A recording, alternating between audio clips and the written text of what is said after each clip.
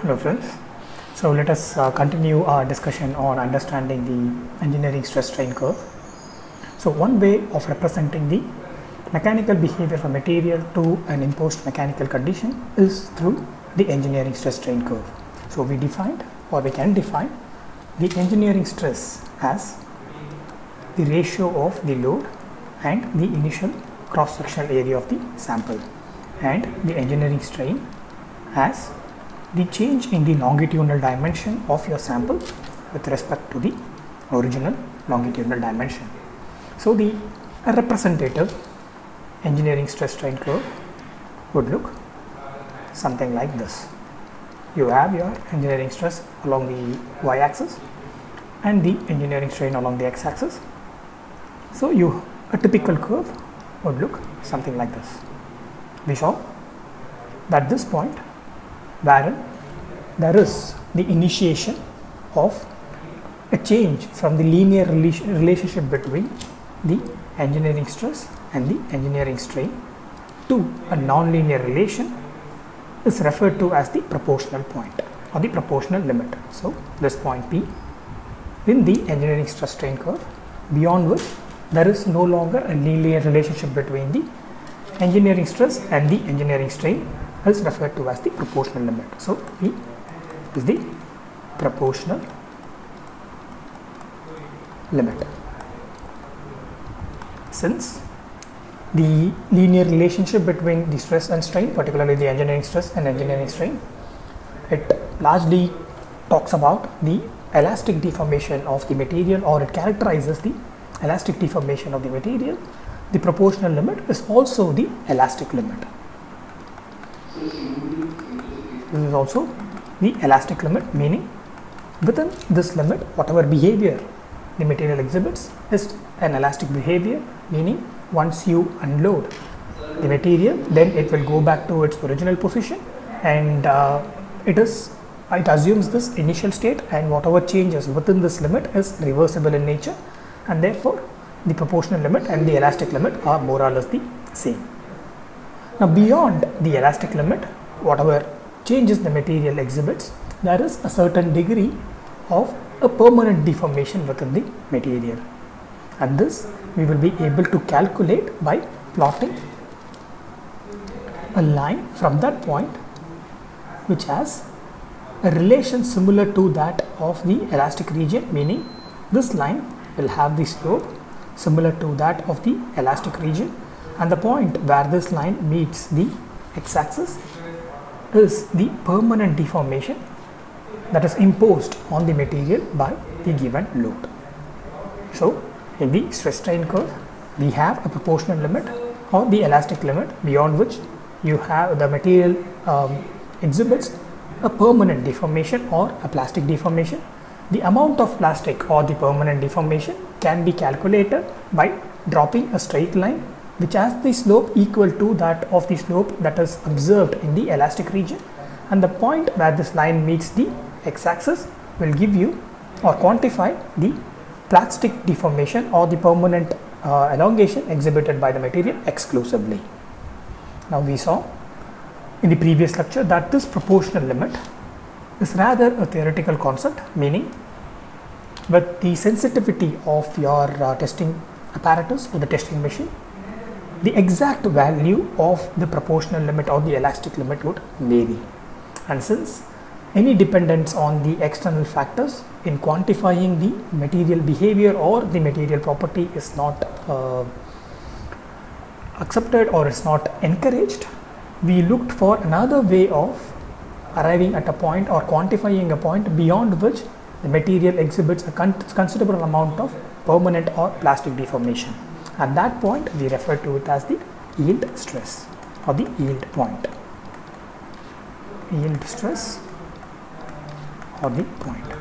Now the approach we used to calculate this yield point was, we began by considering an offset strain. So in order to calculate this yield point, we began by considering a definite or a specific strain, and from that strain we drew or plotted a straight line which has the slope similar to that of the elastic region. So This is the definite strain, and from that definite strain we plotted a straight line that has the slope similar to that of the elastic region. And when you plot such a straight line, the point where this straight line, which includes a definite strain, meets the curve is referred to as the yield stress or the yield point. So this point here is the yield stress or the yield point. So this again in the context of engineering stress and the engineering strain. Now this strain here from which we begin plotting the straight line is referred to as the offset strain. And since we are calculating our yield stress based on this offset strain, this yield point or the yield stress is referred to as the offset yield stress. Since we are calculating the yield point or the yield stress with respect to a specific amount of deformation, that specific amount of deformation is referred to as the offset. Therefore, the overall approach of calculating the yield stress or the end point of this overall approach of calculating the yield stress is referred to as the offset yield stress. Now, supposing you have a system wherein the permanent shift in the atoms is not possible. The atoms are so fixed between each other that there is not much possibility of atom permanently shifting from one another or occupying a space which is equilibrium or establishing a new stable position. Supposing if you have such a setup, then your stress strain curve will rather be restricted. So this is a case where it is the atom or the atom atomic positions are rigid, and it is difficult for the atoms to find a new equilibrium or stable spot. When you have such a condition, it's the atoms are not able to find a new equilibrium position or a stable spot. So this is not possible for the atoms in this specific material. Then it would mean that the atom is not, or the material is not able to deform plastically, or the material is not able to deform permanently. So in that case, the stress strain curve would rather be restricted, and ultimately you would end up with a plot something like this. For only a small amount of deformation is possible, or a small amount of plastic deformation is possible, and after which the material would fail. So such a material is referred to as the brittle material. So in brittle materials, the atoms are not allowed to find a new equilibrium positions, or there are no more equilibrium positions that are available for the atoms to occupy it. Therefore, the atoms or the material would give or would resist any deformation or any permanent deformation, and ultimately beyond certain limit it would fail. So in that case, in a case like this, when you have a stress strain curve like this for the brittle material, all that you have is two characterizing points. That is, here this would be the proportional limit or the elastic limit, and here is the failure region. So if I mark this here in red, so here you have your failure stress or failure strain. So this is the failure point, and here is the proportionality limit or the elastic limit. So in case of brittle material, the characterizing points or the number of characterizing points within the engineering stress strain curve is reduced, and there are only two now. One is the proportionality limit or the elastic limit, other is the failure limit. This is because the brittle material, they do not deform plastically, or they do not show a significant plastic deformation. And if you talk in terms of the atomistic view, if you take an atomistic view, then there are not much room for the atoms to move and occupy a new equilibrium positions. So they are already set in a specific position, and they will oppose to any deformation from that position, and beyond certain point they will give up and totally fail. So they will not, these atoms will not move and occupy a new equilibrium position or a new stable position. All that they will do is they will oppose from their point any load that you impose on the material, and ultimately They will given once the load exceeds a certain point, and that load and the corresponding stress is referred to as the failure stress, and the strain of the material at that point is referred to as the failure strain. So this is the characteristic stress strain curve or a representative stress strain curve of a brittle material, and the number of points accordingly is restricted or is significantly reduced. Now let's go back to our discussion on the regular ductile. So the opposite of the brittle material is the ductile material. So we will go back to our the representative curve for the ductile material, wherein the stress strain curve is rather relatively extended. So you would have a stress strain curve something like this. So here is the point where there is a deviation from the linear relationship between the engineering stress and the engineering strain. And now we use an offset point to calculate the yield stress. So this is our proportionality limit and this is our yield stress. And now the point that we are interested is this point here, the peak. You can also refer to it as the global peak, and this point here is what we are interested in now. So since we have already seen what a proportionality limit is, what an elastic limit is, and we also defined what an yield stress is or an yield point is, now we are interested in the another significant or a conspicuous point in the representative stress strain curve, and that is this point. Now this point you can easily define, meaning this point is the peak of the stress strain curve, or the highest amount of stress that is appears in the stress strain curve, and that's the reason why it is referred to as the ultimate tensile strength. So this point is referred to as the UTS, that is the ultimate tensile strength, and strength is nothing but when you define the stress as the resistance of the material that is how the to an imposed mechanical load. So if you could recollect, we gave different definition of stress in the earlier lectures, and one of the definition was the resistance that is imposed or resistance offered by the material to an imposed mechanical condition. If you talk in those terms, if you define stress as the resistance offered by the material, then stress is nothing but the strength of the material, and then the highest point and the corresponding stress in the engineering stress strain curve is nothing but the ultimate tensile strength. Now between this region, that is from the onset of the plastic deformation, let us take this region here. So let me use another color. So within this region, that is from the onset of the plastic deformation and the failure of the material that happens here, right about here. So you could see that the stress required to impose a specific strain keeps on increasing. So we saw in the previous lecture that the strain or the engineering strain is the controlled variable.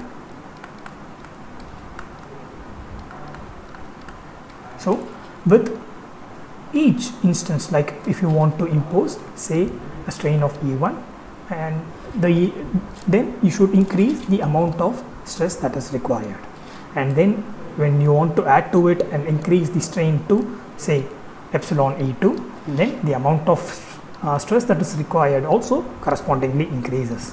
So this keeps on going, that is the increase in the amount of stress that is required to add to the existing strain keeps on increasing until this point, that is ultimate tensile stress. And beyond this, for the definite amount of strain, say epsilon E3, the amount of stress that is required begins to decrease. So if I use a different color, then it begins to decrease.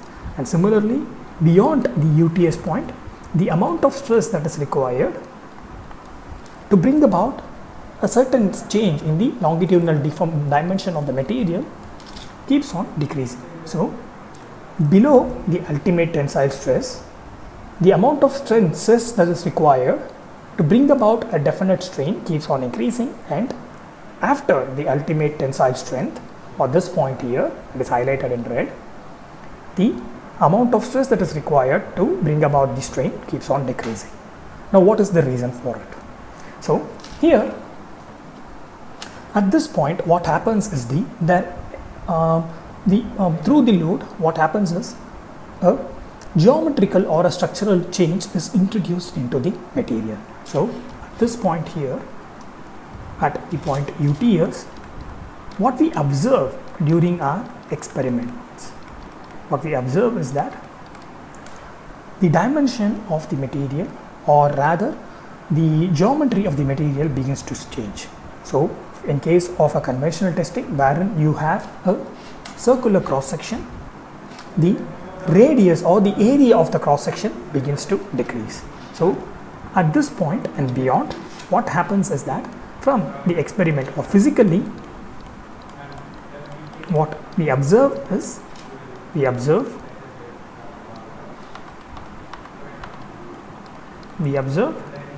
the cross section of the sample, it begins to decrease. The cross section of the cross sectional area of the sample begins to decrease. Now when you reduce the area of cross section, then to achieve the similar amount of deformation, the stress that is required is also decreased, because if you could recollect, we defined again the stress as, or rather the load as, through this expression, and here we defined the stress as the resistance, and this resistance depends on the area. So meaning if you have a reduced area, then the resistance offered by the material will be low when you have a larger area, because the resistance again is between the, or it can be related to the atomic interaction. When you have a larger area, that means you have a large number of atoms that are associated in that area, and that would mean that the large number of atoms or the interaction between them or the bonding between them could offer a large amount of resistance. And when you have a smaller area, then similarly the atoms could offer a smaller amount of resistance. That means that you could then have the same amount of, you can achieve the same amount of strain at a lower amount of stress. Therefore, the reason for this trend here, that is the decrease in the stress for the given amount of strain after UTS, is because the cross sectional area of the material, it begins to decrease.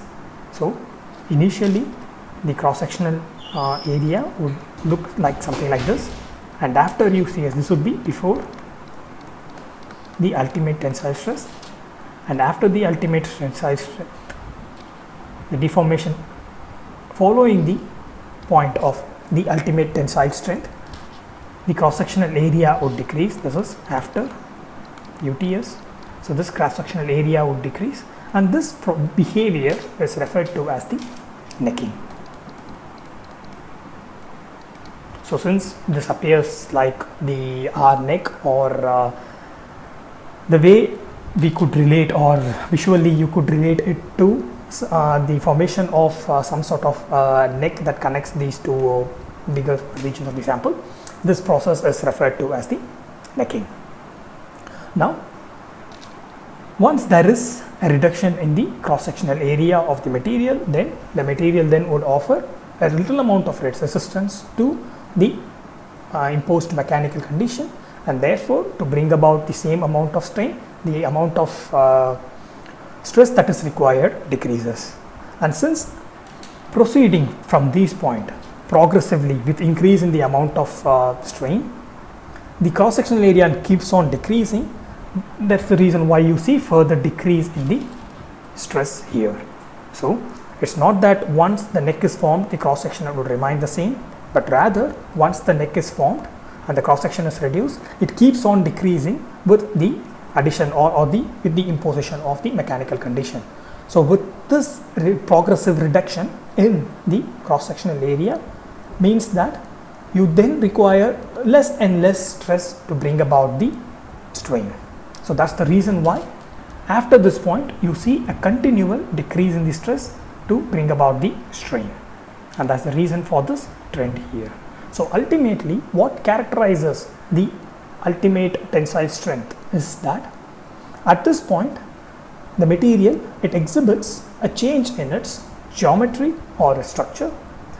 To be more specific, the cross-sectional area of the material, it decreases, and since the cross-sectional area of the material decreases, it offers less resistance to the imposed mechanical condition to bring about the same amount of loading, and therefore beyond this point the stress required to bring about the strain decreases, and since with the continual loading the cross-sectional area keeps on decreasing, it means that the stress that is required to bring about the strain progressively decreases, ultimately the material fails. So this is the reason for this trend here.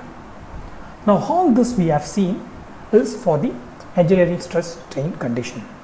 So when you begin your study by imposing a load to the material, you define the engineering stress as P by A naught and the engineering strain as L by L naught. Now when you impose this load, the load acts all through the sample. So if you can assign, or if you can distinguish a given sample into, or disintegrate a given sample into small elements, say linear elements or the longitudinal elements, and if you consider how each of these elements deform in the initial stages of the loading. So before the UTS, if you consider how each of these elements, so you have the more appropriate term is discretized, so I don't want to use the term. So if you distinguish, or if you disintegrate your whole sample into smaller linear elements, and if you want to study how these small elements behave under the load or the uniaxial tensile load that you impose, you would note that all these smaller elements behave in the same manner. So all these smaller elements, they exhibit the same amount of elongation for the imposed load. However, what happens after the UTSs, or what happens after the necking forms, is that the deformation then is confined to this particular region.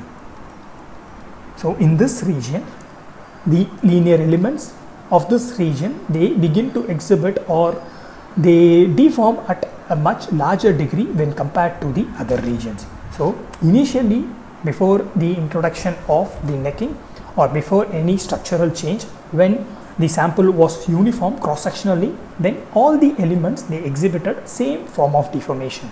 However, once there is a formation of necking, once there is some sort of a structural change in the sample, then the deformation is largely confined to this region here, and the elements in this region will exhibit a greater degree of the change in the dimension when compared to the elements here.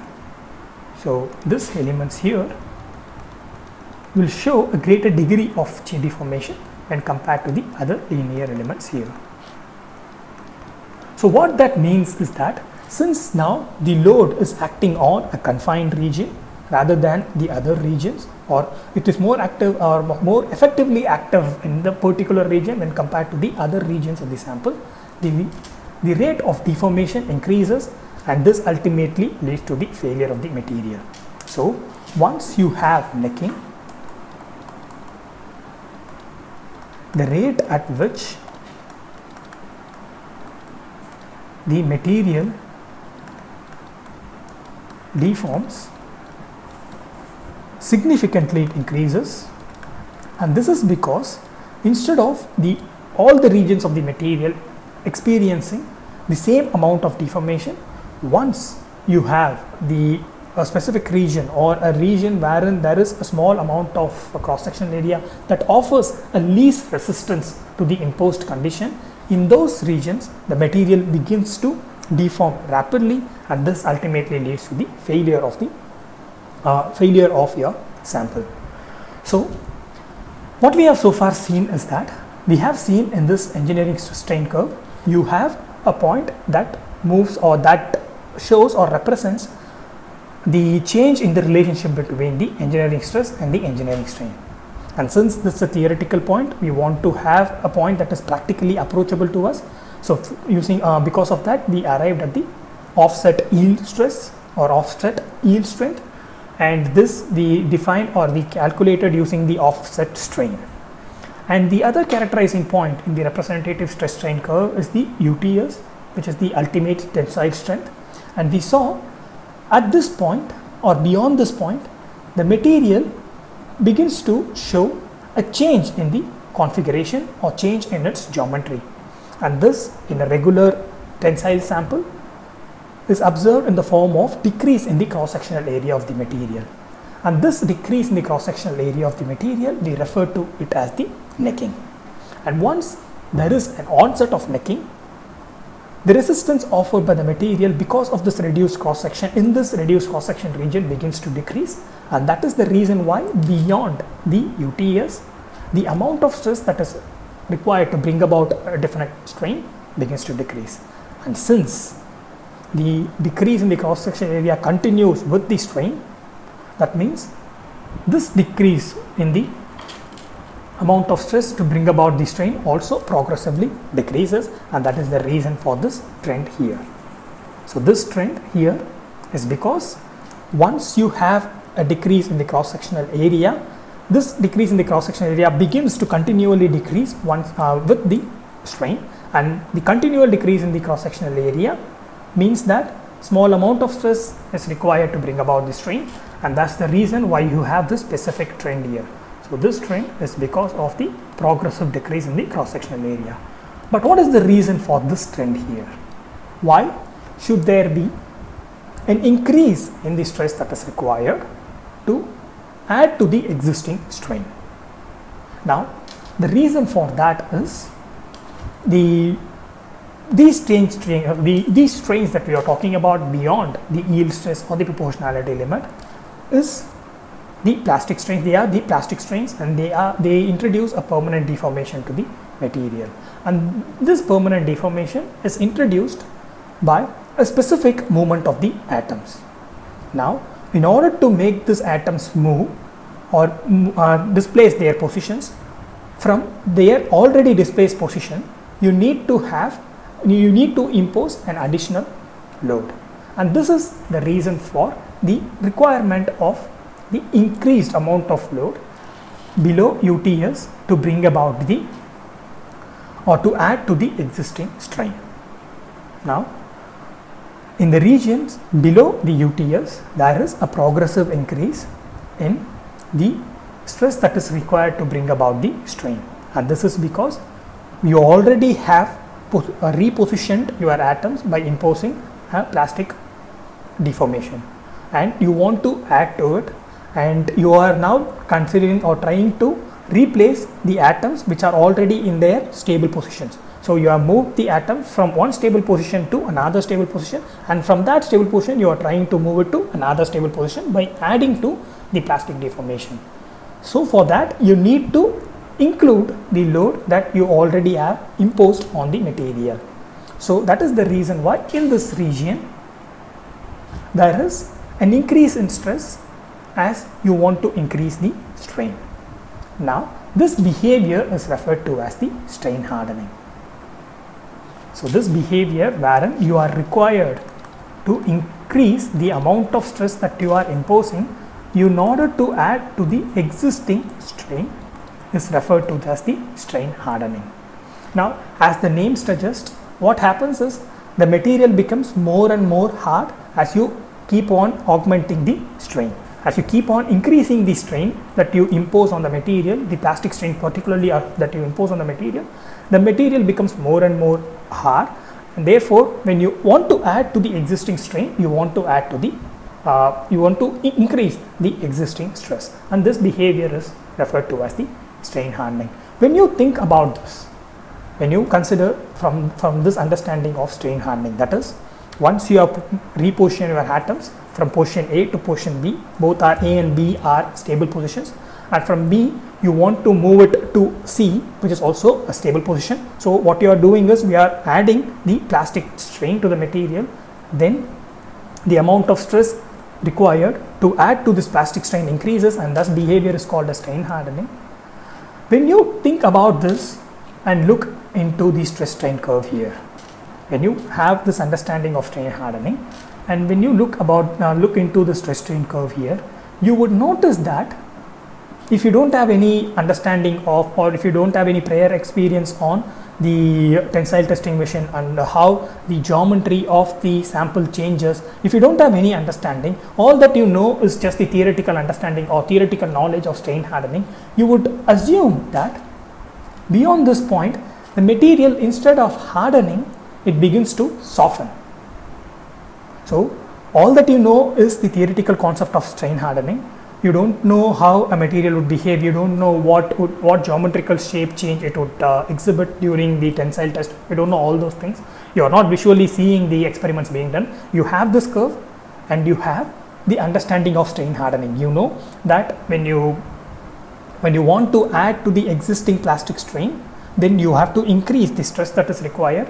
But when you see after this point, a specific point which we call as ultimate tensile strain, the load that is required to add to the strain decreases, and you begin to wonder, is this is this a different behavior? Can we term that as strain softening? So what ultimately this engineering stress strain curve gives you is two interpretation.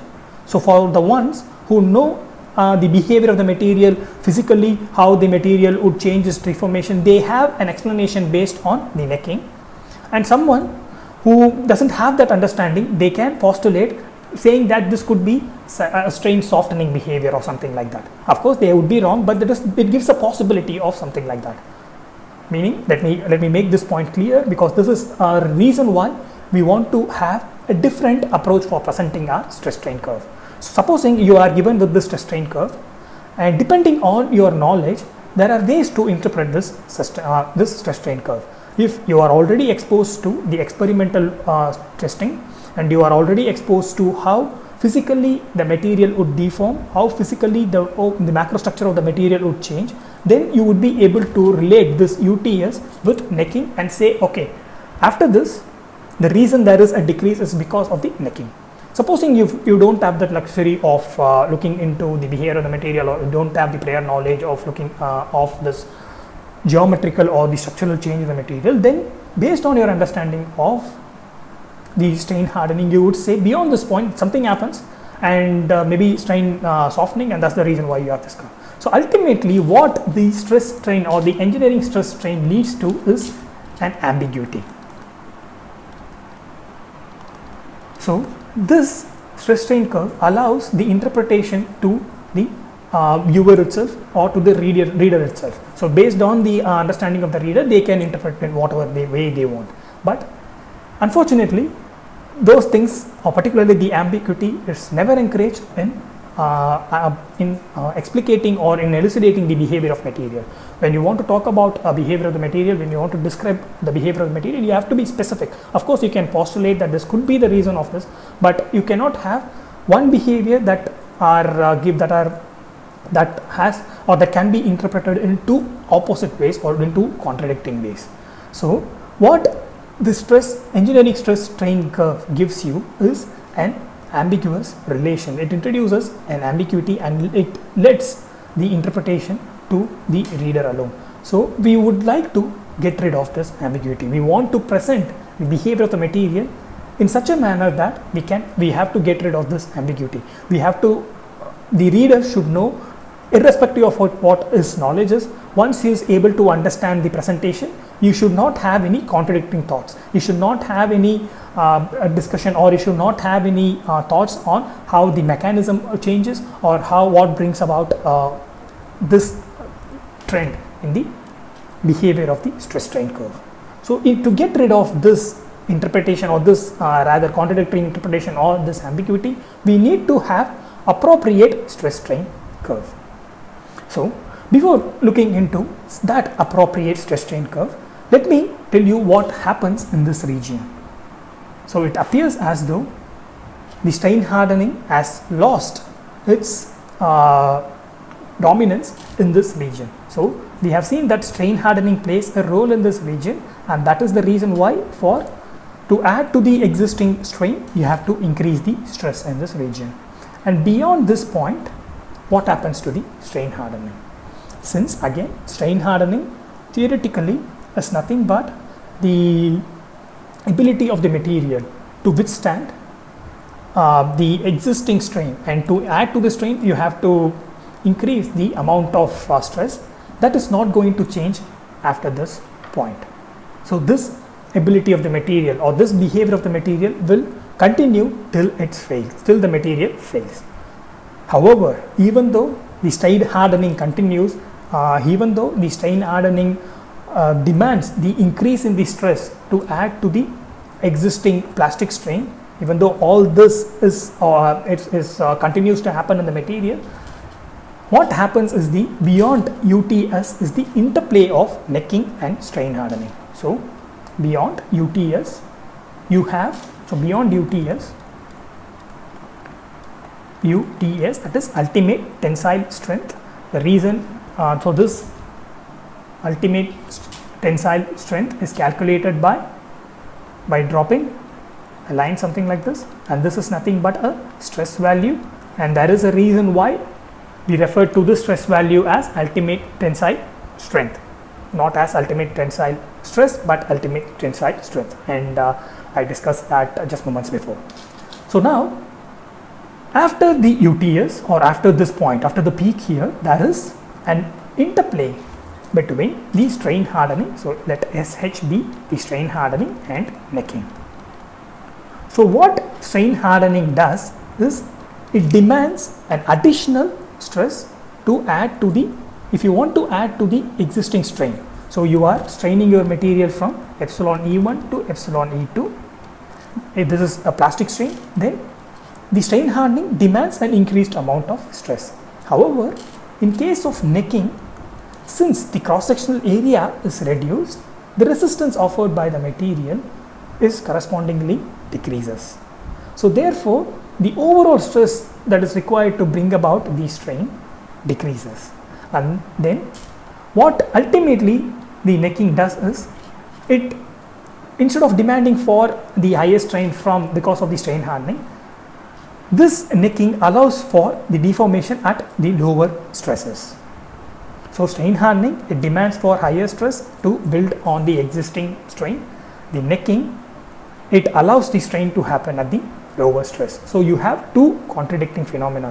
One which is inbuilt and which is implicit to the material, that is the strain hardening is the behavior of the material, and necking which is the geometrical change to the material.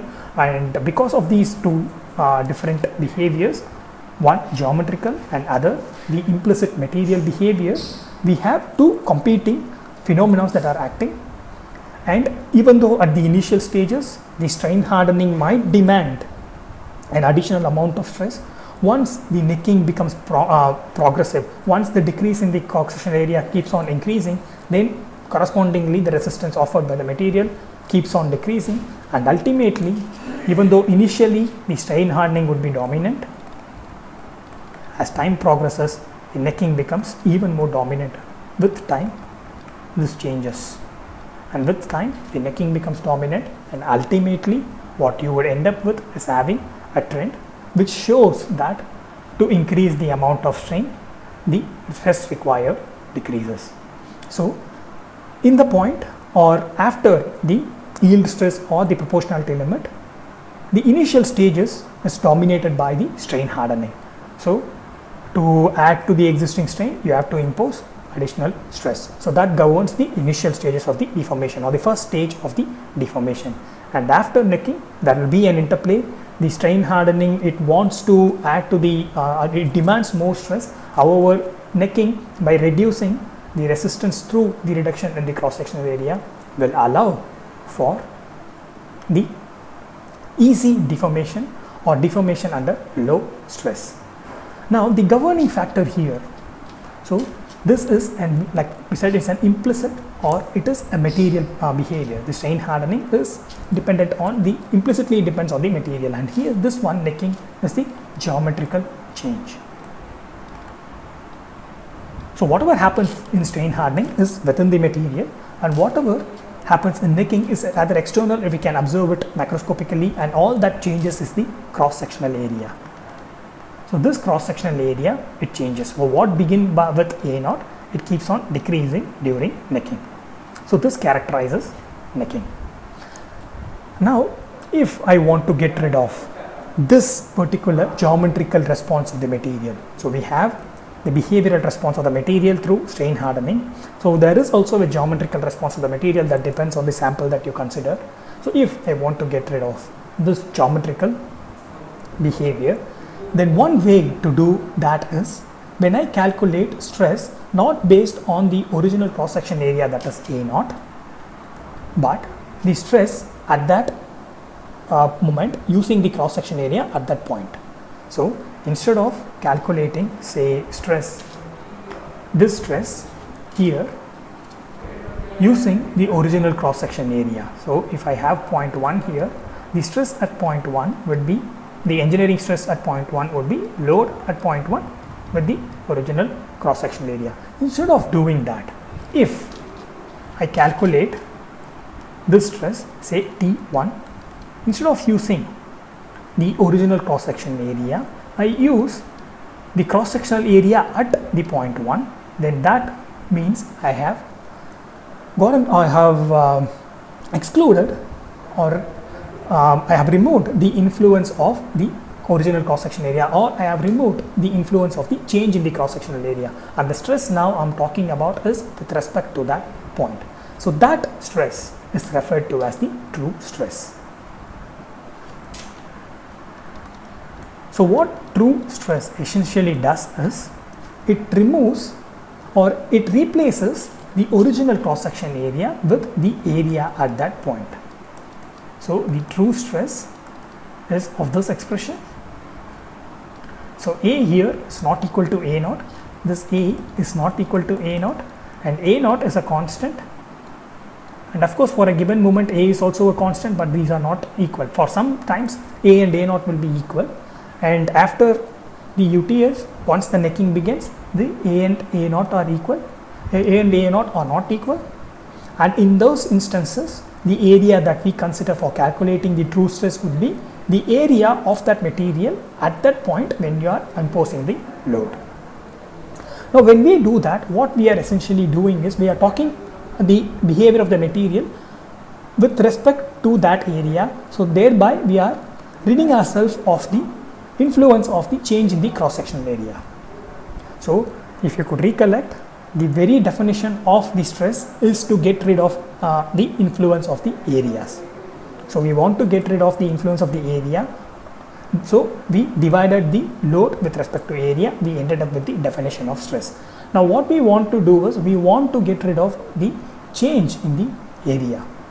So we are experiencing a change in the area after UTS. We want to get rid of that change in the area or influence of that change in the area. So what we are doing is we are replacing A naught with A, and this A is the area at that specific moment. And when we do that, whatever discussion then proceeds from that change in the definition of stress or using the true stress, then we are talking about purely the material behavior. We no longer are concerned about the geometrical change in the material, because now we are confined ourselves, or we have defined the true stress in such a way that it is dependent on that particular area but not the original area. So when you have an expression that as the area at that particular instant when you are applying the load P, then the stress that results out of it is referred to as the true stress. Now once you introduce true stress, or once you define such a parameter, then essentially what you are discussing is, or what you are now removing is the change in the dimension of the material during the stress strain curve or engineering stress strain curve.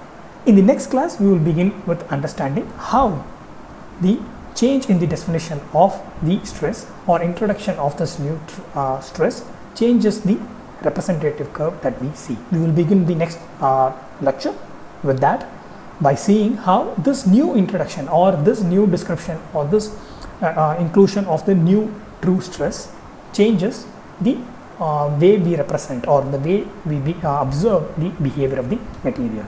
So let's see ourselves in the next lecture. Goodbye.